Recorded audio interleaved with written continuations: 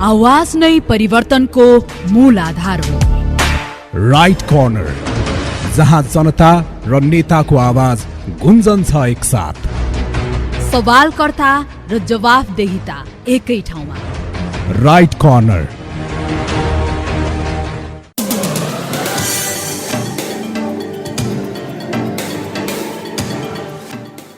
परिवर्तन सम्भव छ। नमस्कार, हार्दिक स्वागत तथा अभिवादन। यो हो रेडियो काठमाडौँ 92.1 अनि कार्यक्रमको नाम हो राइट कर्नर। समसामयिक विषय र प्रसङ्ग, त्यो विषयसँग सम्बन्धित अतिथिको विचार लिएर यो प्रस्तुति मार्फत हामी यहाँहरूमा आउने गर्छौँ। 92.1 काठमाडौँ उपत्यका र आसपासका ठाउँहरू, इन्टरनेट अनलाइन रेडियो काठमाडौँको फेसबुक पेज मार्फत जोडिनुहुने सबैलाई आजको यो अङ्कमा पनि हार्दिक स्वागत छ। सत्तारूढ दल नेकपा भित्रको मतभेद अब कारबाही प्रक्रियासम्म पुगेको छ। स्पष्टीकरण र त्यसले चित्त नबुझिएमा थप कारबाही गर्ने भन्ने कुरासँग जोडिएपछि उसका समानान्तर गतिविधि अगाडि बढिरहेका छन्।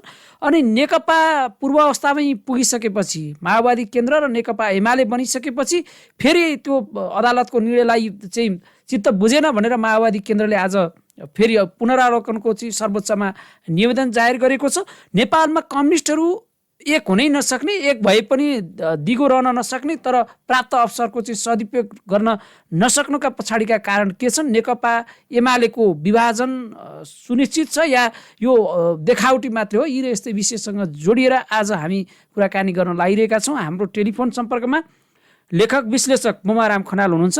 मोमाराम खनालज्यू, रेडियो काठमाडौँ यहाँलाई हार्दिक स्वागत छ। धन्यवाद। मैले अघि अलिकति भने नेपालको यो नेकपा एमाले अब माओवादी केन्द्रले जुन गतिविधि अगाडि बढाइरहेका छन्, यसले राष्ट्रिय राजनीतिमा कस्तो प्रभाव छोड्ला? अब पहिलो कुरा चाहिँ के हो भने, तपाईँले पृष्ठभूमिमा अलिकति सङ्केत गरे जस्तै प्राविधिक रूपमा पार्टीहरू चाहिँ फुट्नु र सैद्धान्तिक रूपमा अथवा चाहिँ व्यावहारिक रूपमा राजनीतिक रूपमा जोडिनु चाहिँ छुट्टा छुट्टै कुरा हुन्।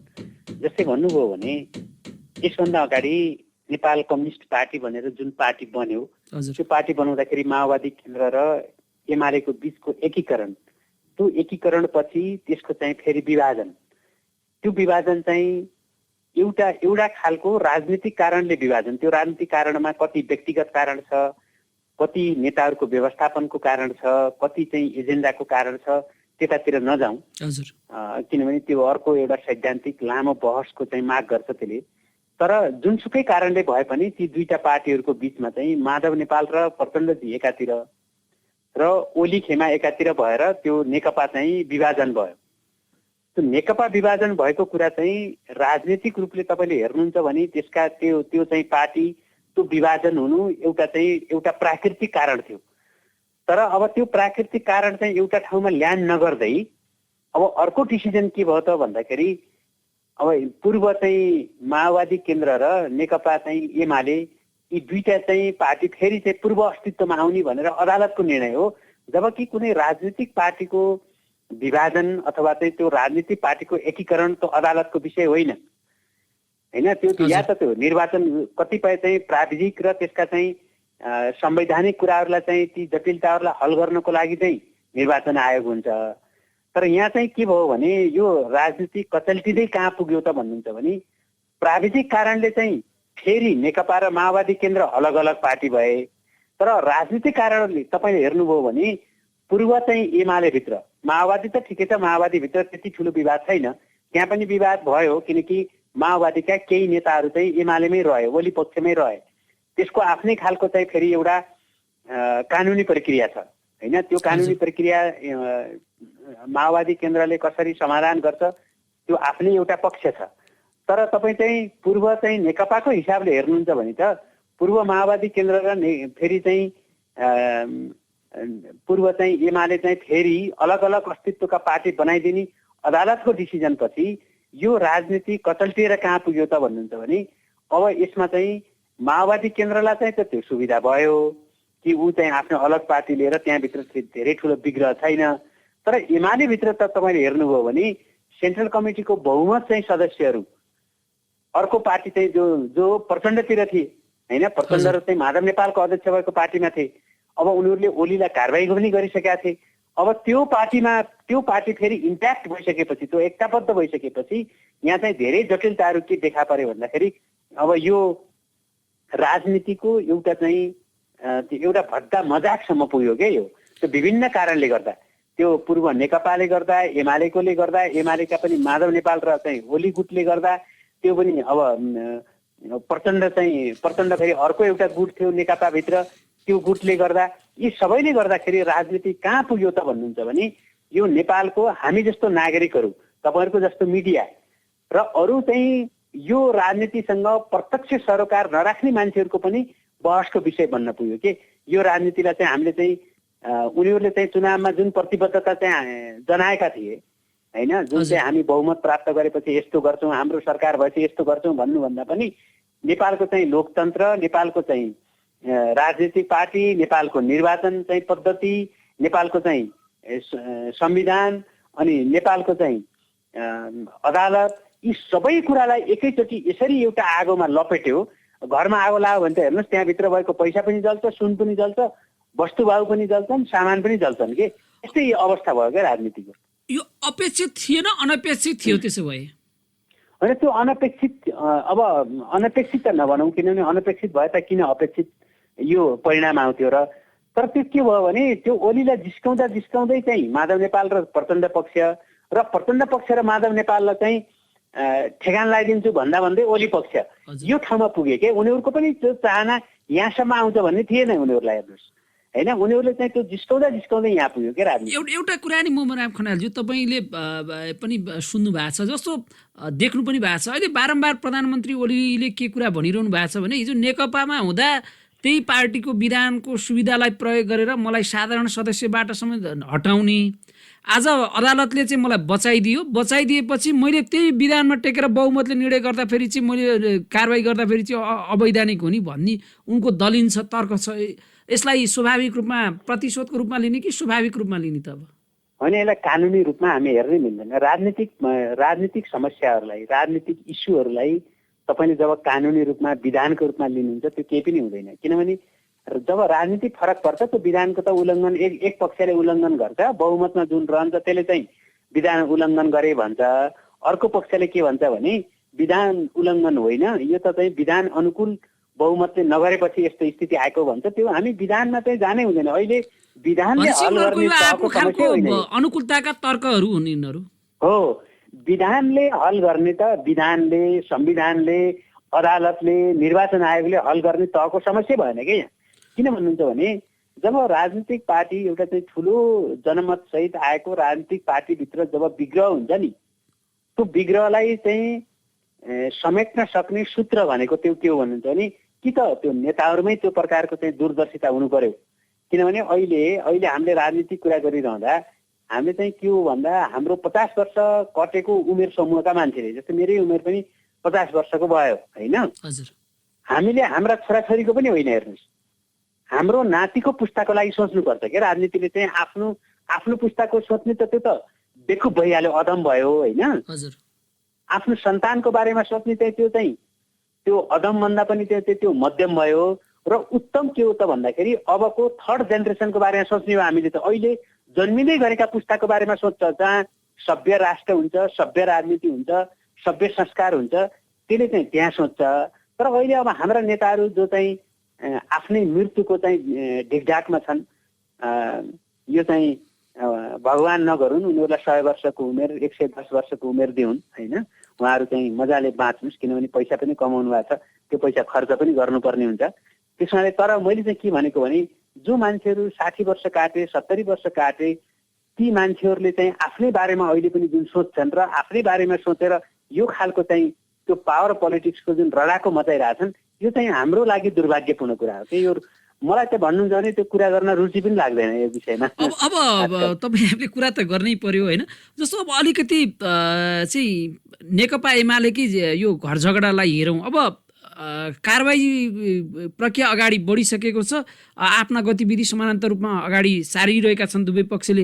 अब माधव नेपाल र केपी ओली एउटै नेकपा एमाले भित्र रहेर अगाडि बढ्ने परिस्थिति देख्नुहुन्छ या अब यिनीहरू चाहिँ फरक हुनु छैन? त्यो पटक्कै छैन। त्यो चाहिँ उहाँहरू चाहिँ के हो भने उहाँहरू चाहिँ अब ओलीसँग बस्न सक्ने त कुनै परिस्थिति छँदै छैन। त्यो तलका नेतालाई सम्भव होला होइन, हजुर, माथिल्लो नेताहरू कुनै पनि नेतालाई सम्भव छैन। किनकि त्यही हुनाले ओलीजीले चाहिँ छानी माथिल्लो नेतृत्वबाट आक्रमण सुरु गर्नुभएको छ। तर त्यो आक्रमण चाहिँ त्यही गएर टुङ्गिने होइन। त्यो ओलीको आक्रमण त त्यो तलसम्म पनि जान्छ पछि।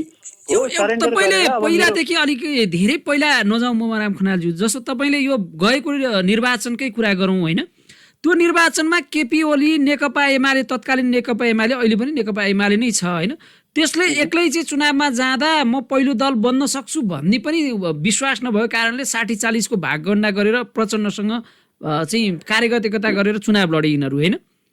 अब अहिले त्यो म अलिकति तपाईँले अझ प्रश्न निष्कर्षमा होइन हजुर खास चाहिँ होइन, त्यो एकताको चाहिँ आधार कसले तयार गर्यो त भन्दाखेरि नेपालको चाहिँ नेपालको राजनीति भनेको सम्पूर्ण रूपमा चाहिँ त्यो रेन्ट सिकरको हातमा छ होइन। त्यो रेन्ट सिकरहरूले एउटा यस्तो डिजाइन बनाए, त्यो डिजाइनमा प्रचण्ड र ओली त्यो डिजाइनका एउटै प्रवृत्ति भएका मान्छेहरू हुने दुईजना होइन। बरु माधव नेपालको समूह हेर्नुभयो भने त्यसमा चाहिँ केही राजनीतिक कन्टेन्टहरू पनि अझै बाँकी छ होइन। त्यसले चाहिँ संरचनाको कुरामा र वैचारिक कुरामा चाहिँ त्यसले एक प्रकारको चाहिँ आफ्नो भिन्न दृष्टिकोण राख्छ।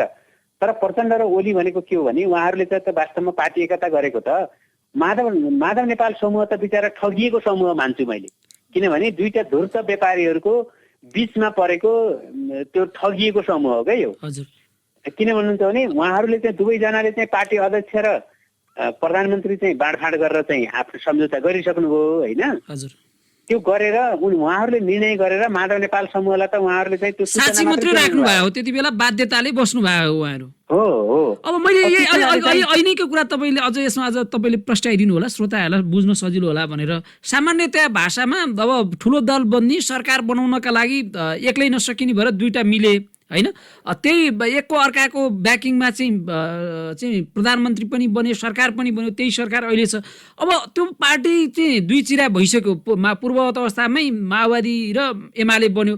अब अहिले एमाले पनि माधव नेपाल लगायतको सम्म छुटिँदा फेरि केपी ओलीको हालत त निर्वाचनमा जाँदा उनले जतिसुकै हुङ्कार गरे पनि यस्तो परिस्थिति त आउँदैन होला, तैपनि उनीमा त्यो खालको चाहिँ अहमता दम्म किन देखिरहेको हो भन्ने चाहिँ मेरो जिज्ञासा। उनको पार्टी चाहिँ के छ भने अहिले पनि जस्तै नेकपा एमाले पार्टीको चाहिँ जुन निर्माण हो नि, त्यो एमाले पार्टीको जग चाहिँ के छ भन्दाखेरि स्थानीय तहमा चाहिँ एउटा आर्थिक आधारमा चाहिँ त्यो टिकेको र आफ्नै चाहिँ त्यो आर्थिक आधारमा टिकेको भन्नाले त्यहाँ चाहिँ विभिन्न खालका चाहिँ प्राकृतिक स्रोत साधनदेखि लिएर सबै कुरामा चाहिँ त्यहाँका चाहिँ सामान्य व्यवसायदेखि लिएर सबैमा चाहिँ इन्भल्भ भएको त्यो पार्टीको संरचना छ। एनजिओ आइएनजिओहरूका सबैका चाहिँ ती इन्ट्रेस्टहरूलाई चाहिँ सर्भ गर्ने सङ्गठनको रूपमा उसले विकास गरे हो।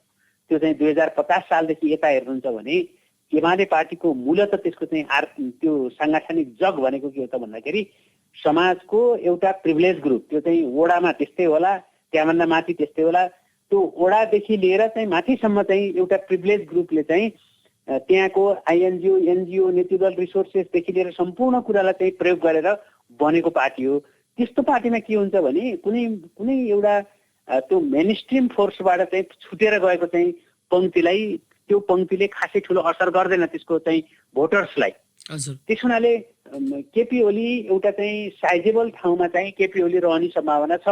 तर माओवादी आफैमा चाहिँ असाध्यै कमजोर भएको थियो। त्यो चाहिँ तत्कालीन एमालेसँग नमिलेको भए चुनावमा चाहिँ उसको त्यो 10 सिटभन्दा बढी आउने सम्भावना थिएन र अब आउने चुनावमा पनि उसले चाहिँ फेरि रिगेन गरेन भने उसले चाहिँ ठुलो फोर्स बनाउनका लागि उसको एफर्ट चाहिँ साइजेबल चाहिँ एफर्ट भएन भने उसको चाहिँ फेरि पनि चाहिँ के हुने हो भने माधव नेपालहरू गएर पनि त्यति ठुलो साइज त्यसको बन्दैन।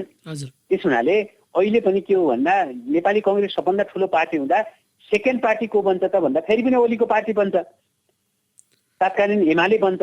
त्यसको हुनाले ओलीलाई चाहिँ किन चाहिँ अहिले ओली खुसी छन् भने उनले चाहिँ एउटा कुरा त अहिले सरकारबाट तुरुन्तै आफू बहिर्गमन हुन परेन, त्यो एउटा खुसी छ।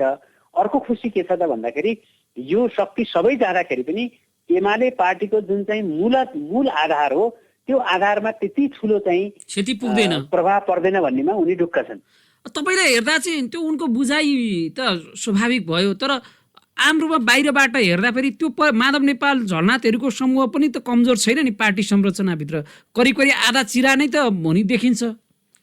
होइन त्यो के हुन्छ भने एउटा पब्लिक पर्सेप्सन जस्तै तपाईँले भन्नुहोस् नि एउटा पेड भ्यालु र सेयर भ्यालु भन्ने हुन्छ कि ब्याङ्कहरू खुल्दा तपाईँ क वर्गको ब्याङ्क खुल्छ नि त्यो क वर्गको ब्याङ्क खुल्दाखेरि सबैले नै राष्ट्र ब्याङ्कलाई बुझाउनु पर्ने धितो चाहिँ बराबरै बुझा हुन्छन् त्यो चाहिँ उसले 10 करोड भन्ला 15 करोड भन्ला 20 करोड भन्ला कति छ होइन तर सेयर भ्यालु सबै ब्याङ्कको एउटै छ र छैन नि हजुर त्यो के हुन्छ भन्नुहुन्छ भने यो पब्लिक पर्सेप्सन भनेको जनताको धारणा कसरी चाहिँ विकास हुन्छ त भन्दाखेरि त्यो चाहिँ त्यो सेयर भ्यालु जस्तो हो कि सेयर भ्यालु भनेको भोट ब्याङ्क पछि त तपाईँको चाहिँ त्यो सेयर कसको बढी हुन्छ त भन्दाखेरि त्यसले चाहिँ जुन पर्सेप्सन बिल्ड गर्छ त्यो पब्लिक पर्सेप्सन बिल्ड गर्ने मामिलामा मैले चाहिँ त्यहाँ जोड गरेर के भन्न खोजेँ भने त्यो चाहिँ प्रचण्ड पक्ष र माधव नेपाल पक्ष एकै ठाउँ हुँदाखेरि पनि त्यसले चाहिँ त्यो सेयर भ्यालु बुक भ्यालु त एउटै हो तपाईँले भने जस्तो नेताहरू त अझ बढी चाहिँ प्रचण्ड र माधव नेपाल पक्षसँग नै बढी हुन्छन् पेड भ्यालु भन्नुहोस् न हजुर हजुर होइन ब्याङ्कको पेड भ्यालु जस्तै तपाईँ चाहिँ पेड भ्यालु बुक भ्यालु पनि भन्छन् त्यसलाई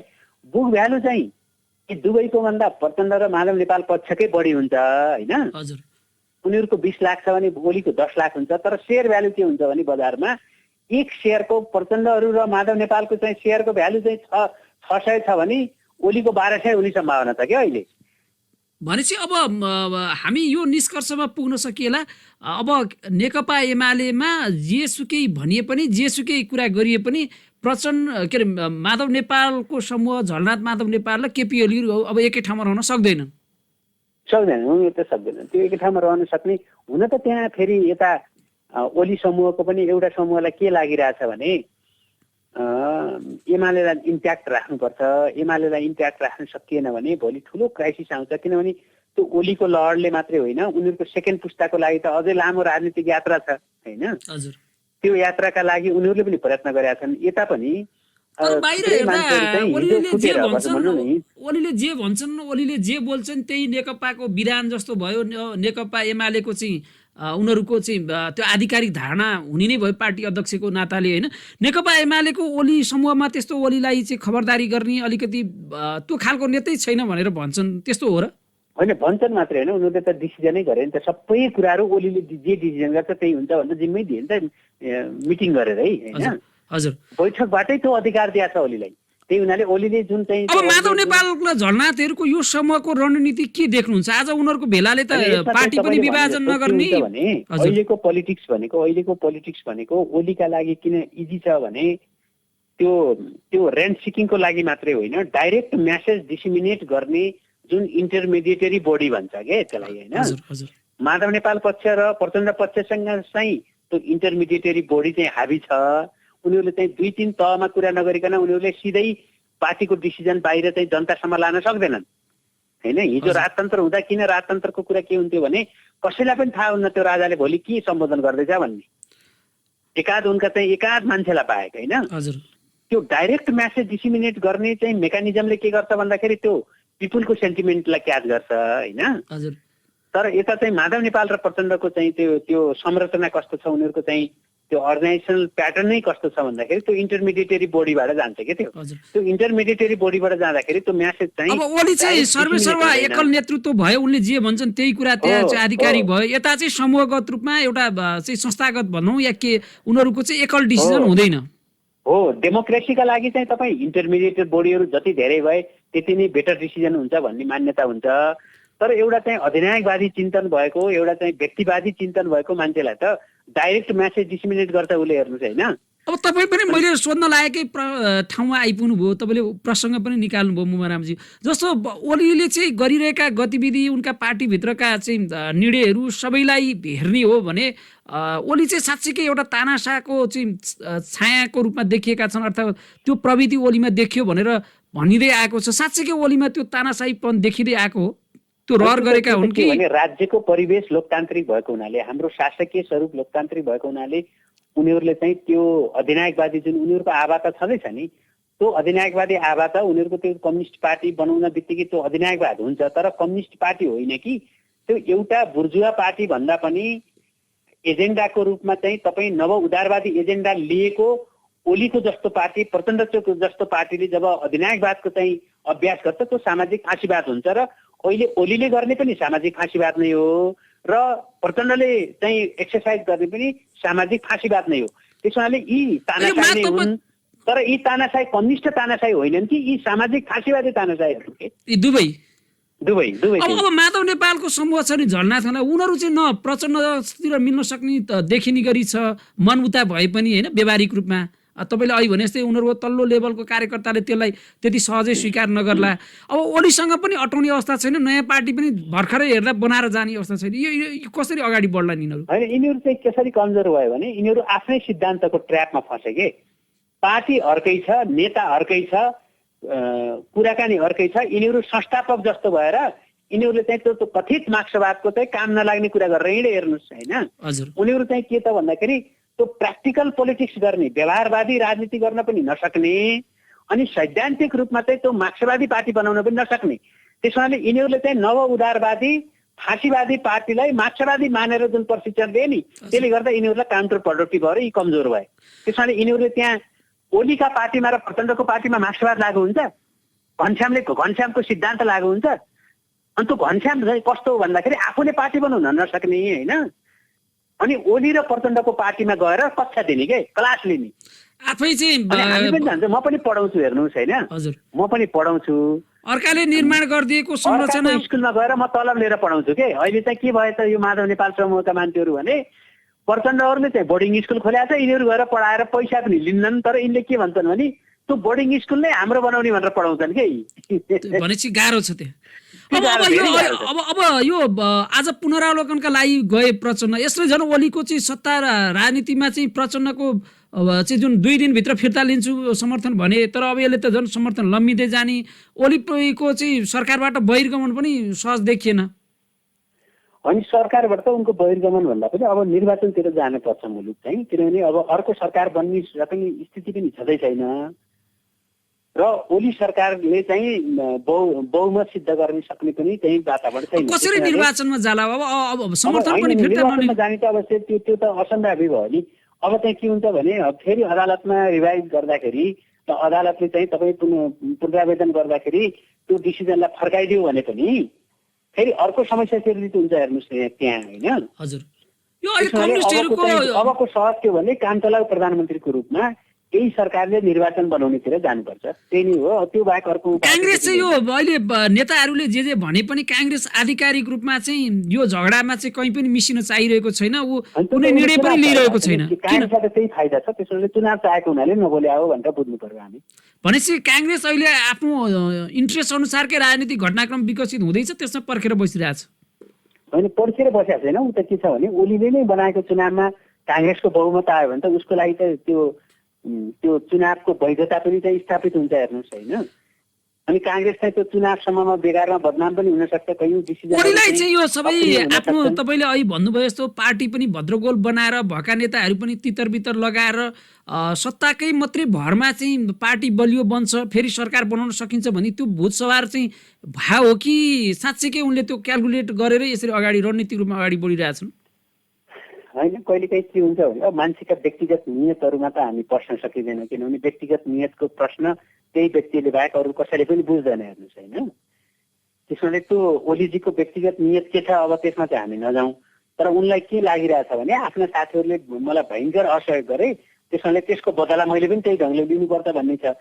यहाँ चाहिँ राजनीति चाहिँ प्रतिशोध, प्रतिक्रिया र प्रतिवादमा टुङ्गिन्छ होइन। त्यस्तो राजनीतिलाई अब हामीले धेरै सिरियस भएर पनि छलफल नगरौँ। हजुर, हुन्छ। मवाराम खनालज्यू, तपाईँले रेडियो काठमाडौँको लागि यो महत्त्वपूर्ण समय र विचार राखिदिनु भयो हाम्रा श्रोताहरूमा। आज यहाँलाई धेरै धेरै धन्यवाद।